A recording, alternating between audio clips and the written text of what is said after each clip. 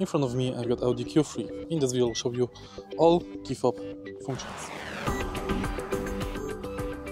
At the beginning, of course, you can open and lock the car with Keyfob and start it up. But did you know that if you press and hold unlock button, you can open the windows, but only if the global opening function is enabled in the car's system. Next, if you press this button, you not only unlock the tailgate, but you can also lift it.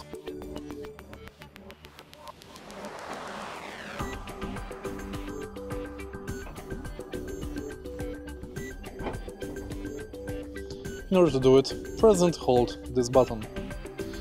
Unfortunately, we can't close it via Keyfob.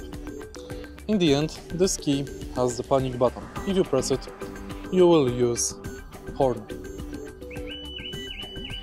Press it again to disable this function.